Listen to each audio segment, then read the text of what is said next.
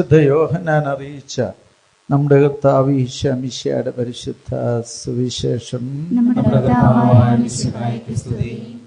അധ്യായം 16 മുതലുള്ള തിരുവചനങ്ങൾ.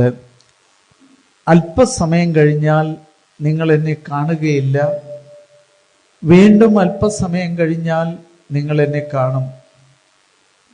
അപ്പോൾ അവൻ്റെ ശിഷ്യന്മാർ പരസ്പരം പറഞ്ഞു, അല്പസമയം കഴിഞ്ഞാൽ നിങ്ങൾ എന്നെ കാണുകയില്ല, വീണ്ടും അല്പസമയം കഴിഞ്ഞാൽ നിങ്ങൾ എന്നെ കാണും എന്നും ഞാൻ പിതാവിൻ്റെ അടുക്കിലേക്ക് പോകുന്നുവെന്നും അവൻ നമ്മളോട് പറയുന്നതിൻ്റെ അർത്ഥം എന്താണ്?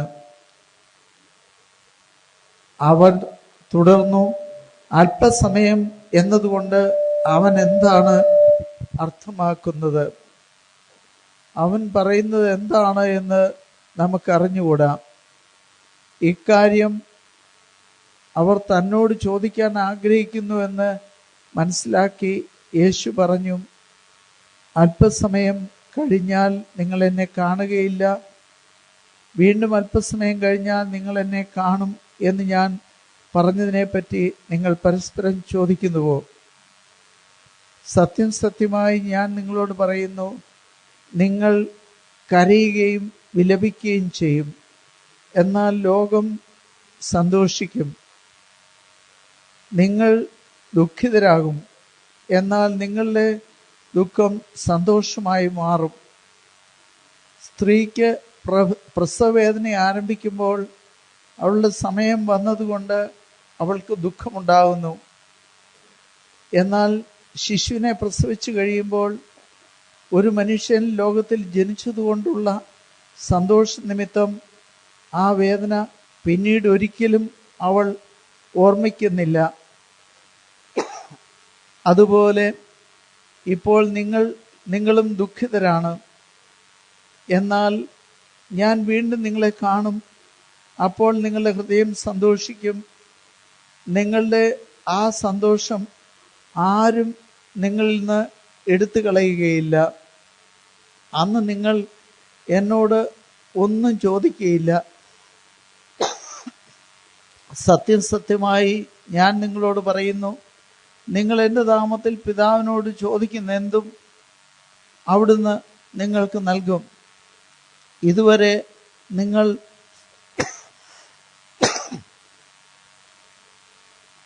എൻ്റെ നാമത്തിൽ ഒന്നും ചോദിച്ചിട്ടില്ല. ചോദിക്കുവിൻ, നിങ്ങൾക്ക് ലഭിക്കും.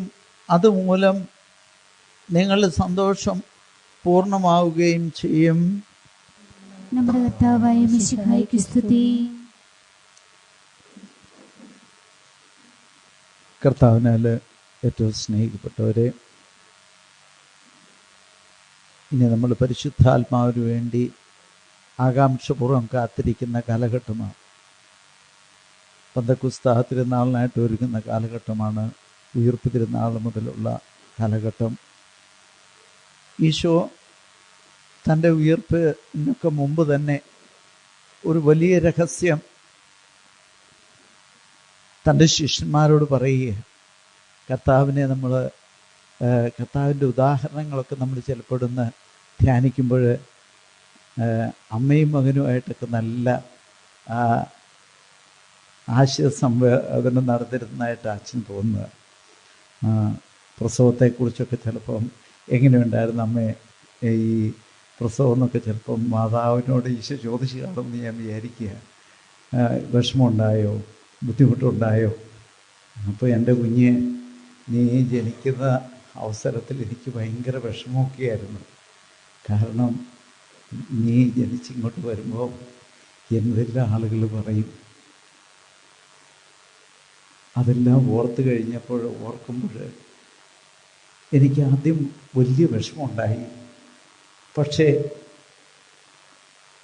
നീ ജനിച്ചത് എവിടെയാണെന്ന് എനിക്കറിയാം, പുൽത്തൊഴുത്തിലാണ്. അന്നും കുറേ ബുദ്ധിമുട്ടിയെങ്കിലും നീ ജനിച്ചു കഴിഞ്ഞ് നിൻ്റെ ചിരിയും കളിയും തമാശയൊക്കെ കണ്ടപ്പം പിന്നെ എനിക്കിപ്പോൾ ഒരു ദുഃഖവുമില്ല. ഇതെല്ലാം ഈശോയോട് പരിശുദ്ധ അമ്മ പറഞ്ഞു കൊടുത്തിട്ടുണ്ടെന്നാണ് അച്ഛൻ മനസ്സിലാക്കുന്നത്. അതുകൊണ്ടാണ് ഈശോ പറഞ്ഞത്, ഈ ഉദാഹരണം പറഞ്ഞത്, ഒരു സ്ത്രീ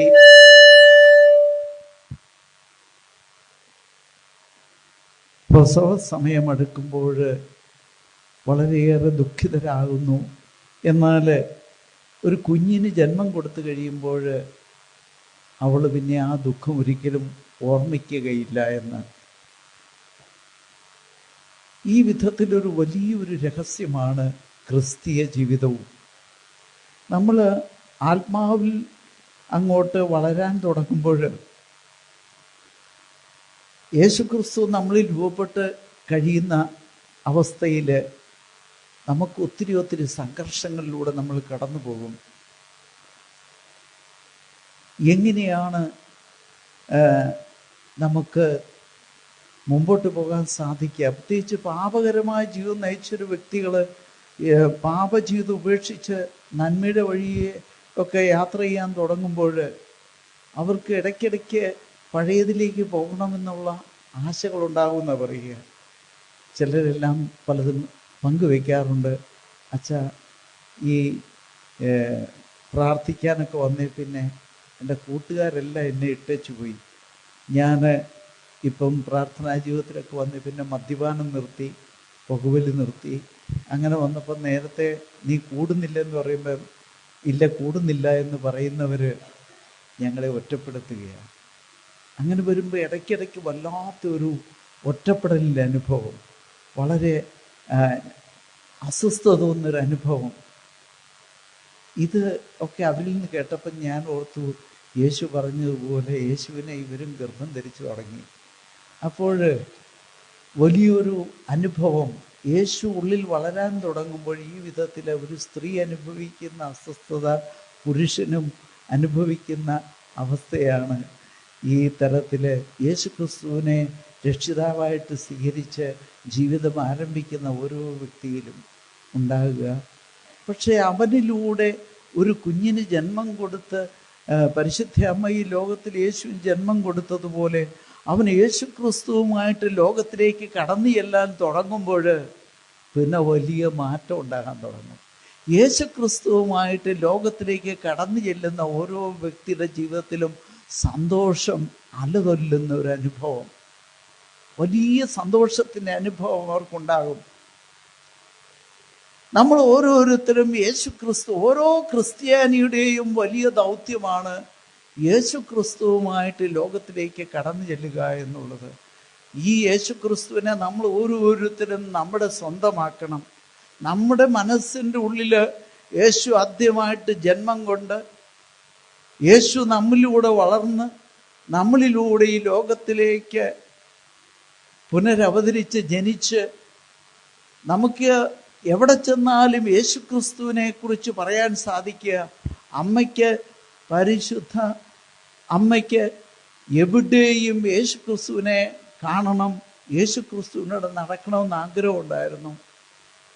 അതുകൊണ്ടല്ലേ നമുക്കറിയാം, എല്ലാവരും തെറി പറഞ്ഞപ്പോഴും അമ്മ കുരിശിൻ്റെ ചുവട്ടിൽ വരെ പോയി നിൽക്കാനുള്ള ധൈര്യം കിട്ടിയത് ആ മകനെ അമ്മയ്ക്ക് അത്ര ഇഷ്ടമായിട്ടാണ്.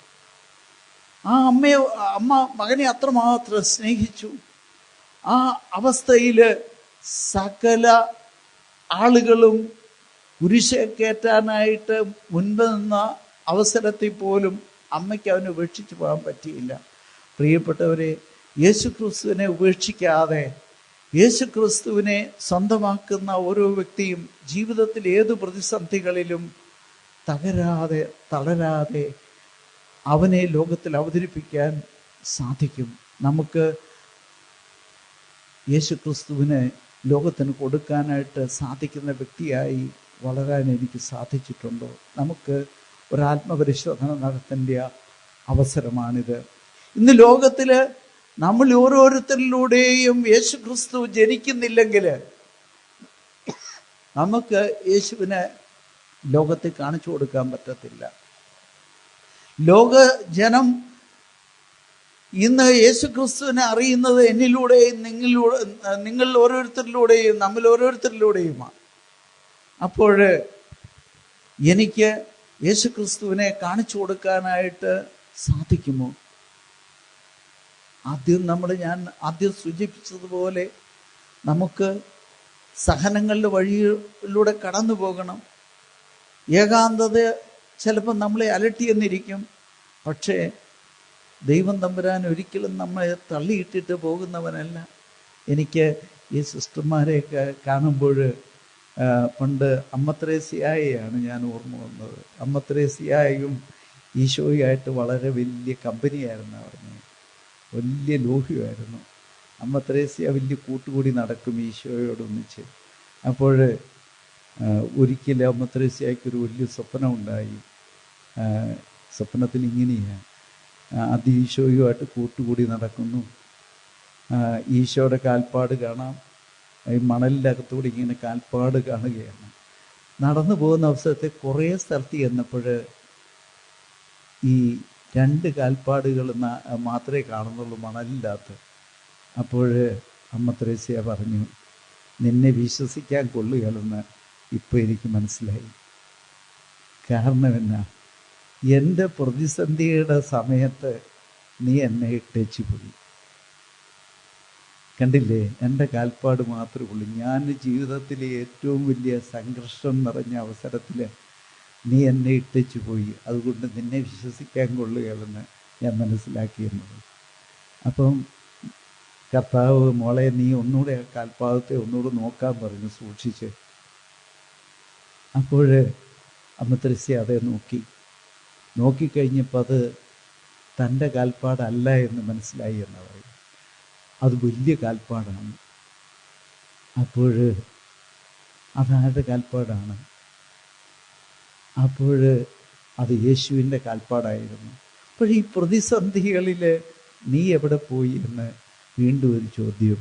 അപ്പോൾ കർത്താവെ, ആ പ്രതിസന്ധി സമയത്ത് ഞാൻ എവിടെയായിരുന്നു? അപ്പോൾ ഈശോ പറഞ്ഞു അവളോട്, മകളെ, ആ സമയത്ത് നിന്നെ ഞാൻ തോളിലേറ്റി നടക്കുകയായിരുന്നു.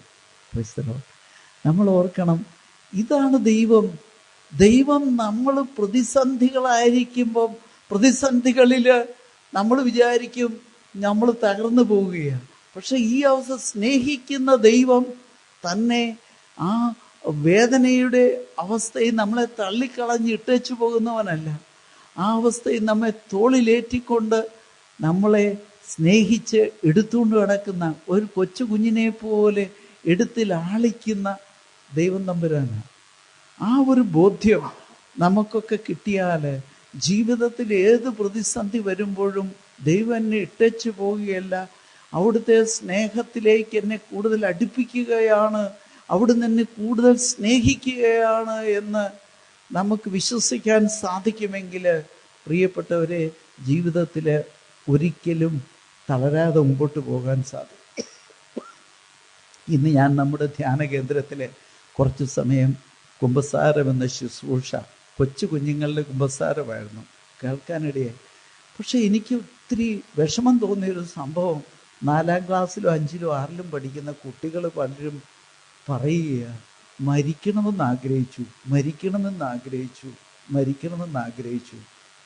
അതിൽ കൂടുതൽ ആൺപിള്ളേരെക്കാൾ കൂടുതൽ പെൺകുട്ടികളാണ് പറഞ്ഞത്. എനിക്ക് എന്തു പറ്റി, എനിക്ക് ഒത്തിരി സമയമൊന്നും എടുക്കാൻ പറ്റിയില്ല. പക്ഷെ കുട്ടികൾ എങ്ങനെയോ മരിക്കണമെന്ന് അവരുടെ മനസ്സിൽ ഇത് പറയാൻ, അത് ഈ കൊച്ചു കുഞ്ഞുങ്ങൾ എന്തുകൊണ്ട് പറ്റിയെന്ന് എന്നെ ഭയങ്കരമായിട്ട് ചിന്തിപ്പിച്ചൊരു സംഭവമാണ്. നമ്മളൊക്കെ ഈ അമ്മയ്ക്ക് ഇഷ്ടമില്ല, അപ്പന് ഇഷ്ടമില്ല, സഹോദരങ്ങൾക്ക് ഇഷ്ടമില്ല, എന്നെ ആർക്കും വേണ്ടെന്നൊരു തോന്നല്. കുഞ്ഞുനാൾ 2 മക്കളേ ഉള്ളൂ. ആ വീട്ടിൽ പോലും ഇത് തോന്നുന്നതിൻ്റെ കാരണം എന്നാ? നമ്മൾ കൂടുതൽ ആഴത്തിൽ പ്രാർത്ഥിക്കണം പ്രിയപ്പെട്ടവരെ. നമ്മൾ ഈ കൊച്ചു കുഞ്ഞുങ്ങൾ ഒക്കെ ദൈവസ്നേഹം അനുഭവിക്കാൻ പഠിപ്പിച്ചാൽ അവരൊരിക്കലും ഈ വിധത്തിൽ ഞാൻ വേണ്ടാത്ത ആളാണ്, കഴിവില്ലാത്തവനാണ്, ഒന്നിനും കൊള്ളാത്തതാണ് എന്നുള്ള ആ ചിന്ത നമ്മുടെ കുഞ്ഞു മക്കളുടെ മനസ്സിൽ ഉണ്ടാകുകയില്ല. നമ്മളതുകൊണ്ട് കുഞ്ഞുങ്ങളെ വളർത്തുമ്പോഴും ഒക്കെ ദൈവസ്നേഹത്തിൽ അവരെ വളർത്തിക്കൊണ്ടുവരുവാൻ പരിശുദ്ധാത്മാവ് നിറഞ്ഞവരായി അവരെ കൊണ്ടുവരാൻ നമുക്ക് സാധിക്കണം.